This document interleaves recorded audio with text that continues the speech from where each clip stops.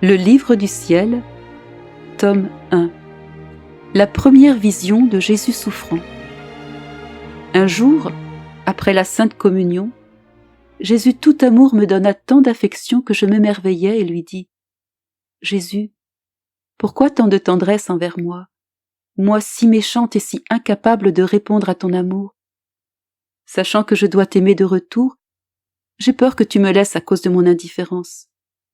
Cependant, je te vois plutôt toute bonté et me pressant sur toi plus que jamais. Alors, aimablement comme toujours, il me dit : Ma bien-aimée, les choses du passé n'ont rien fait de plus que de te préparer un peu. Maintenant, j'en viens au travail. Je veux que ton cœur soit disposé à entrer dans l'immense océan de mon atroce passion. Quand tu auras vraiment compris l'intensité de mes souffrances, tu pourras comprendre l'amour qui me consumait quand je souffrais pour toi. Dis-toi ceci. Quel est celui qui a tant souffert pour moi? Et que suis-je, moi, si vile créature? Et tu ne repousseras pas les blessures et les peines de la passion que tu souffriras par amour pour moi. Enflammé par l'amour, ton âme acceptera la croix que j'ai préparée pour toi. Quand tu considéreras tout ce que moi, ton professeur, j'ai souffert pour toi, ta souffrance te semblera une ombre. Elle te semblera douce, et tu atteindras un point où tu ne pourras plus vivre sans souffrance. À ces mots, je me sentis plus désireuse de souffrir. Néanmoins, ma nature tremblait à la pensée des souffrances que j'aurais à endurer. Aussi, j'ai prié Jésus de me donner assez de force et de courage et de me faire expérimenter l'amour à travers les souffrances auxquelles il m'appelait. Par cette requête, je n'ai pas voulu l'offenser ni tirer parti du grand pourvoyeur de dons qu'il est. Si une personne entreprend quelque chose et elle ne ressent pas un transport d'amour pour ce qu'elle entreprend, elle ne peut être motivée pour accomplir son travail. Mais Jésus, dans tout son amour et sa douceur, poursuivit ainsi : Ma chère, ceci va de soi. Si une personne qui entreprend quelque chose ne ressent pas un transport d'amour pour ce qu'elle entreprend, elle ne peut être motivée pour accomplir son travail. D'autre part, ceux qui entreprennent quelque chose de mauvaise foi, même s'ils l'achèvent, ne recevront pas ma récompense. Quant à toi, pour tomber en amour avec ma passion, tu dois avant tout considérer calmement et dans la méditation tout ce que j'ai enduré pour toi, afin que ton jugement se conforme au mien, qui ne ménage rien par amour pour l'aimer. Ainsi, encouragé par Jésus, je commençai à méditer sur sa passion, ce qui fait beaucoup de bien à mon âme. Je puis assurer que ce bien me vint de la fontaine de la grâce et de l'amour. À partir de ce moment, la passion de Jésus fit son chemin dans mon cœur, mon âme, mon corps, dans lequel les souffrances de la passion seront manifestées.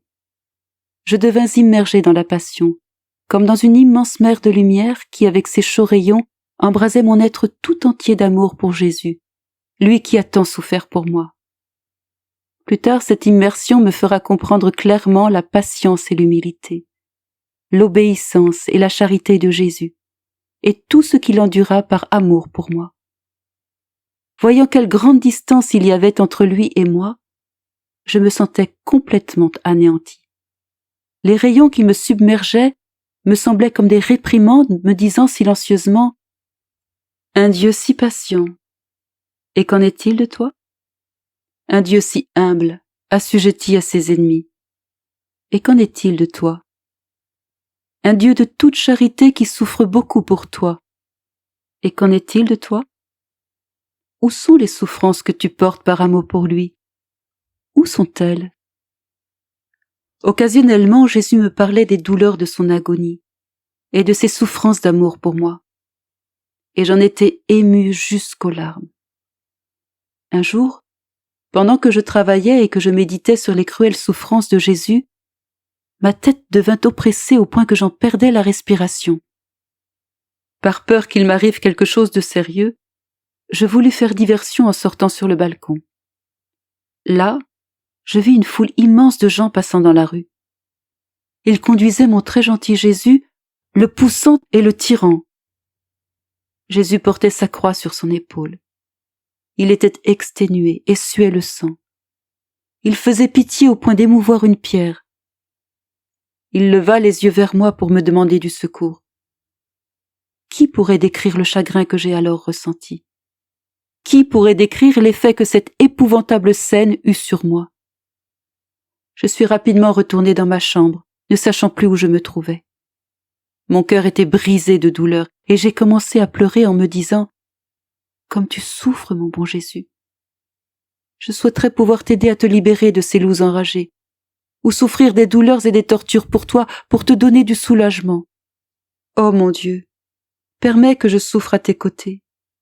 Ce n'est pas juste que tu souffres tant par amour pour moi, une pécheresse, et que moi je ne souffre rien pour toi. » Jésus alluma tant d'amour en moi pour sa douce souffrance que c'était plus dur pour moi de ne pas souffrir. Ce vif désir qui prit vie en moi ne s'est jamais éteint. Dans la Sainte Communion, je ne demandais rien d'autre plus ardemment qu'il me soit permis de faire l'expérience de douces souffrances similaires aux siennes. Quelquefois, il me satisfaisait en enlevant de sa couronne une épine qu'il jetait dans mon cœur. Occasionnellement, il enlevait les clous de ses mains et de ses pieds et les jetait en moi, ce qui me causait des douleurs très grandes, mais jamais égales aux siennes.